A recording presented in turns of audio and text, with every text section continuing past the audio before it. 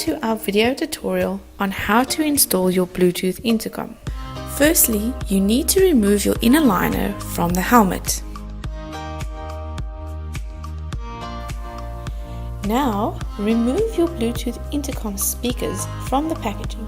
We are going to use the Velcro patches to fit the intercom speakers onto the helmet EPS.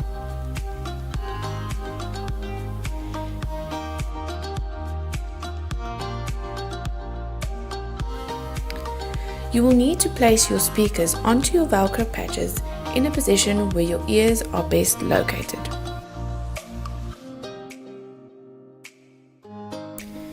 Ensure that your speaker set plug cable is placed on the left-hand side outside of the helmet where your unit will be mounted. The next step is to mount the adhesive or screw bracket to the left outside of your helmet.